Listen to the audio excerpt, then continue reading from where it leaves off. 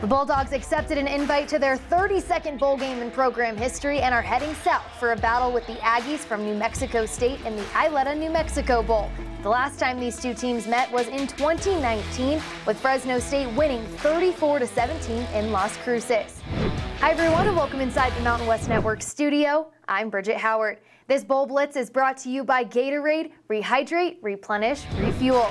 For some insight on Fresno State football, let's head on out to Fresno, California, and bring in someone who knows this program inside and out, the voice of the Bulldogs, Paul Loeffler. Paul, it's great to see you. Thanks for making time for us today, my friend. Hey, thank you, Bridget. It's a beautiful day here. Hopefully it's going to be a beautiful day in Albuquerque, where the Bulldogs have played a few times. It's a great bowl. Absolutely. Well, first things first, it was announced on December 1st that head coach Jeff Tedford would be stepping away from the program to address some personal health issues. Tim Skipper, former Bulldog great and four-year starter from 1997 to 2000, will serve as the acting head coach for the New Mexico Bowl. He said last week, we have to get our personality back, and the focus is on how do we want our season to end. What can you tell us about how the locker room is doing since hearing that news and how they've responded to Skipper? Well, first of all, that answer he gave, that's a no-nonsense answer, right? He's not splitting hairs. He's not making excuses. He's saying this is not who we are. This three-game losing streak is not indicative of the team that Fresno State has had. And that's who Tim Skipper is. You know, he was made to do this.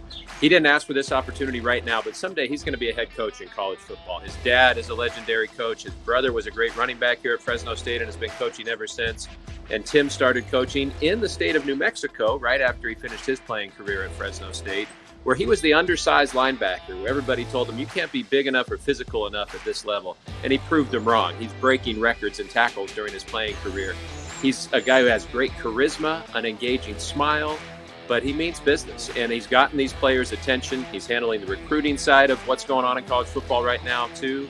I was at their practice last night, and he runs a tight ship, but they're having fun. And I think that's part of it. They need to get back to playing light, playing free, not feeling the pressure maybe that weighed them down and started that three-game snowball. Yeah, and that's exactly what he said. They need to get back to Bulldog football. Well, one of the players that has energized this offense this season has been junior running back Malik Sherrod, who set the program record for most all-purpose yards in a game in program history with 312. He leads the team with 876 yards on the year.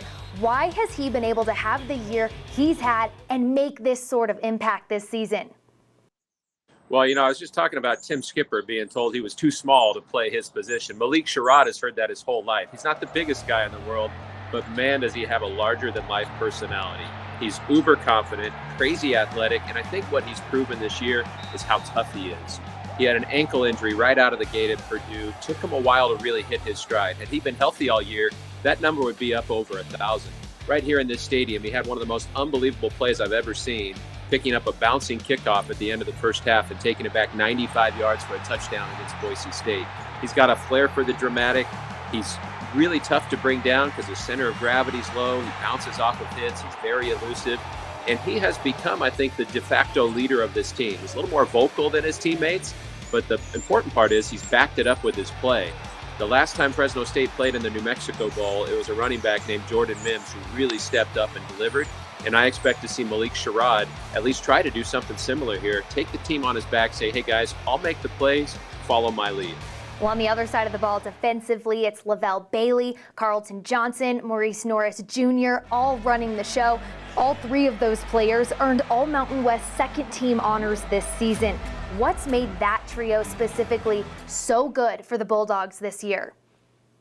Well, you know, Carlton Johnson's one of the best cover corners in the country. He had 3 picks in one game against Arizona State. Lavelle Bailey has made game-sealing interceptions or knockdowns 3 times this year. He's had that penchant for stepping up when the pressure is the most. He feels it the least, and he steps up and makes game-changing plays. And Maurice Norris, I think, has kind of been the unsung hero of that defense. He does a little bit of everything. They line him up at nickel. They line him up at corner. He comes off the edge and gets sacks and tackles for loss. He might have 5 or 6 interceptions, he'd tell you, if his hands were a little more consistent, but he's made a couple of those too, and he's motivated. This will be his last game as a Fresno State Bulldog, just like Lavelle Bailey. I think Maurice Norris is going to play on Sundays, but hopefully he has a great game on a Saturday in the land of enchantment before he's done. Well, Fresno State defense is going to have their hands full on Saturday. When you look at the Aggies, you can't not talk about the Conference USA Player of the Year, Diego Pavia. He is one of just 8 players nationally to lead his team in both passing and rushing this season. What stands out to you about his play and how Fresno State will have to play defensively to contain him?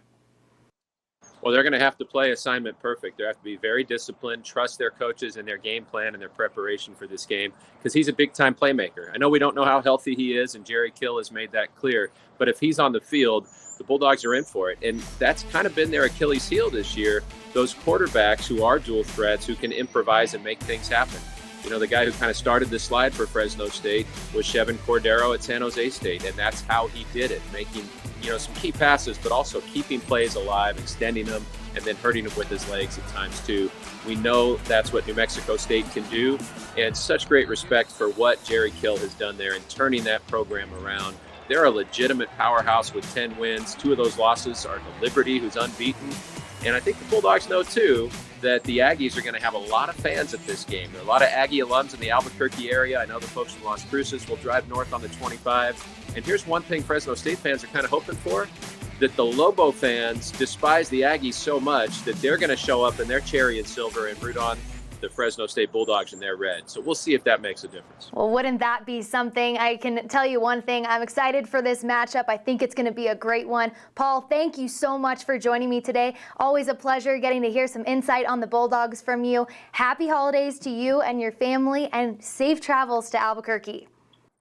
We'll see you there in Albuquerque, Bridget. Yeah, and Merry Christmas to you and everybody else. That's Paul Loeffler, voice of the Fresno State Bulldogs. This Bowl Blitz is brought to you by Gatorade. Rehydrate, replenish, refuel.